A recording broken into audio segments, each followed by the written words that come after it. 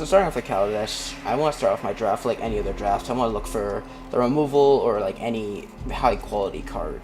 And here I have in this pack, like my pick is pretty junky. The commons are not very good. I got a foil rare with a Syndicate Trafficker, but it's not really that strong considering that you need artifact synergies to make it really, really powerful, and it's a fairly aggressive card for black, which black doesn't tend to be half of the time. But here I take the Skyward Shot, just premium removal. It's a fine start to a draft. Gets the Scry for value. Go ahead and kill any big creature that has 3 or more power. Very, very strong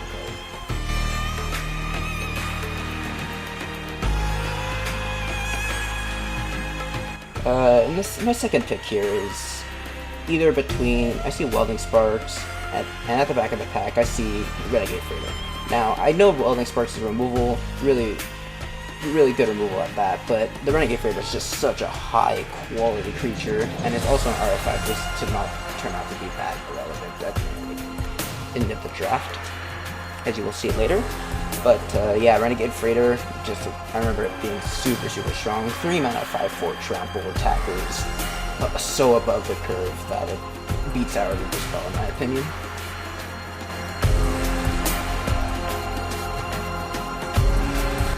Third pick here, I see Veteran Motorist, trying to back up my claim for a Skyward Shot, try and maybe play it, don't know. Skyward Shot is splashable anyways. But then there's a Spiral Canal and there's a Wing Sleeve Artisan trying to back up that Skyward Shot once again. But I take the Spiral Canal here. And then next pick, moving on, I take the Aviary mechanic, just really flexible. Next pick is a Dukara P-File, the 2/4 artifact that could potentially have flying. So this pack is mostly speculation. It's only the first pack. I take Voltaic Brawler, really solid 2-drop with trample, and then I follow it up with a Spireside Infiltrator, trying to leave my aggro path open. I also have a vehicle. Yeah, just trying to keep myself open, taking some generally strong cards.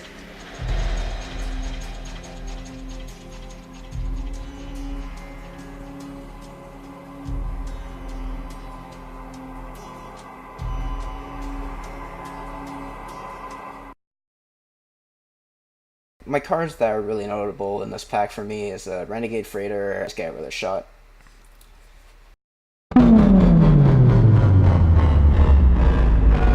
So in this pack, I see there's not really anything. Again, I mean, there's some decently strong cards, and honestly, I see Baral, and I'm just thinking it's the best card in the pack, honestly.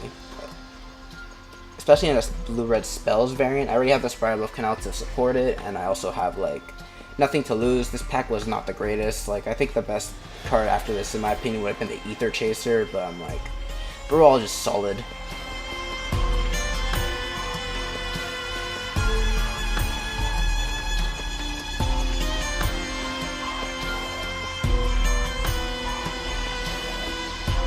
Next few picks have just been taking blue and red cards.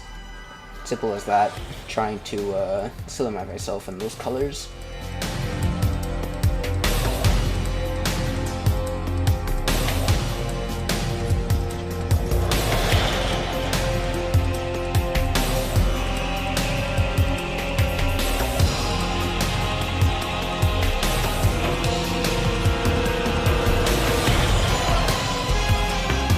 And then I take an Implement of Combustion, simply because I have Quicksmith Rebel, and it also cycles itself. But yeah, mostly because of Quicksmith Rebel, because it's a 1-mana artifact, and I do have some Improvise going on. I have the Maverick Thopterus and Metallic Rebuke, so it's not terrible. Next pack in Amonkhet, I don't expect much, but I do know that in Amonkhet is a very blue-red spells variant, which I'm kind of excited to get into. So I look into my pack, I see Electrify. I was ready to take it until the back of the pack I see my rare is my uncommon Edifice of Authority. It's an artifact, which is really, really good, and also it's just a removal spell.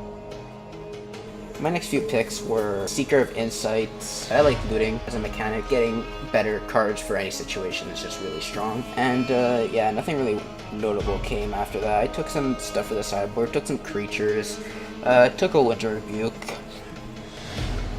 quality was the best card in that pack. The rest of the pack, actually there was a reduced to rebel, which is really strong.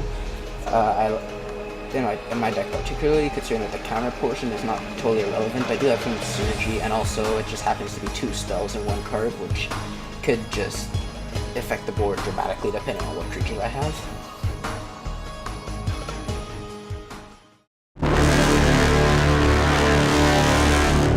Then I go to Hour of Devastation. Now this is where I'm thinking, ooh, I have the 2 dual color line Barrow Grixis, so happens. So if I'm lucky to open a Nicol Bolas or a God, I can't splash it, which would be great. So I open my pack, I see Torment of Hellfire, and I'm like, oh, okay, this is a bit hard to splash, but if I do, it is a good card for finishing.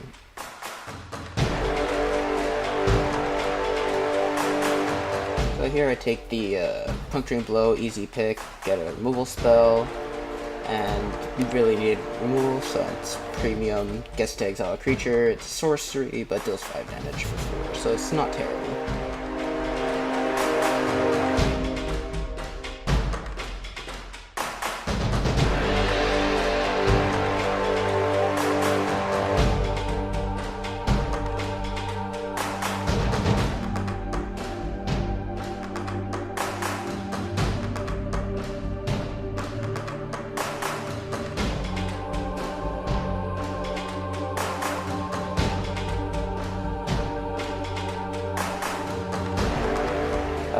Maybe still sticking to the aggro plan, considering like take a Spellweaver Eternal followed by a Thorn Moloch.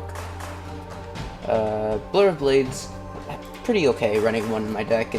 Since I have no removal, it's considered combat trick, pseudo removal, and does 2 of the controller, so it does basically what I want it to do in a spells deck.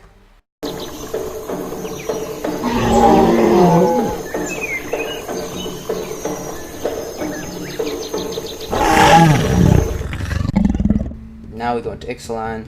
Can't really expect anything, considering the Ixalan was mostly an aggro format, and also the card quality was pretty below average.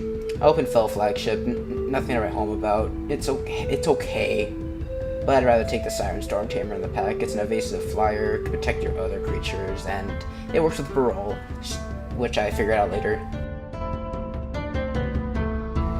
Lightning Strike was a slam dunk pick in this pack. Removal, can hit face, everything you want. Next few picks, I don't end up playing any other picks from this pack into my deck, but you know, it was pretty successful in my opinion, just getting 5 cards, and really good cards to go with it. Just solidifying some cards, getting some red and blue cards, like try to see if my aggro plan will still work out, and that's basically it. So I'm looking at my cards, and like I could either go aggressive, or I can go a bit more controlling or tempo. In the end, I went tempo, controlling variant rather than the more aggressive, considering that I thought that aggressiveness might not pay off, whereas I have a lot of payoffs for going a bit slower.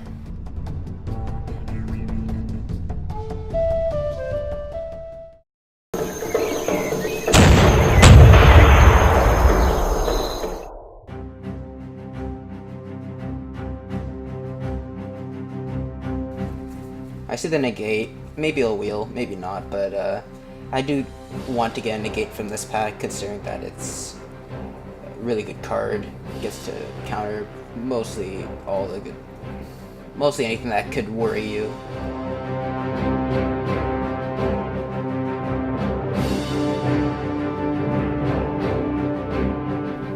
So I take the Expel here, really good efficient spell. 2 mana, bounce any non-land permanent is really strong, and then it can replace itself essentially by getting rid of your opponent's chance to draw another card in the late game.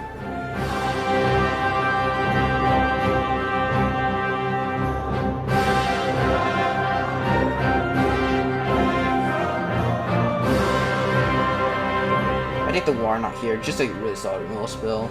Release to the Wind is a fine card. At most it's a bad bounce spell, but it can also just be used on your creatures to get rid of the auras, or it gets rid of any non-land permanent also. So it could save a random aura you put on the creature. It's really versatile.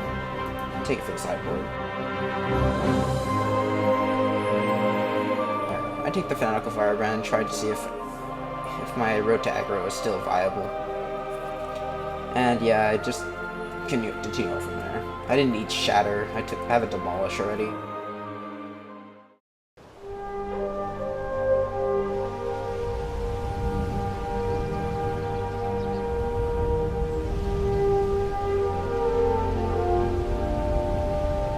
Here I see Skizix. Again, like, I still don't know if I want to be...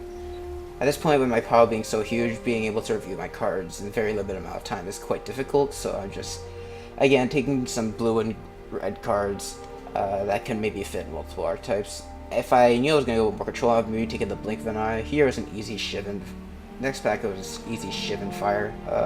Then I had a Memorial to Genius, obviously because lands are much more important. I see the Gitu Chronicler in this pack, and I'm thinking, okay, this card's really good, it gets back any spell, and now I'm thinking, alright, maybe my win con is just Torment of Hailfire many times, getting it back with Gitu Chronicler. And Gitu Chronicler just being able to get back any spell is quite good.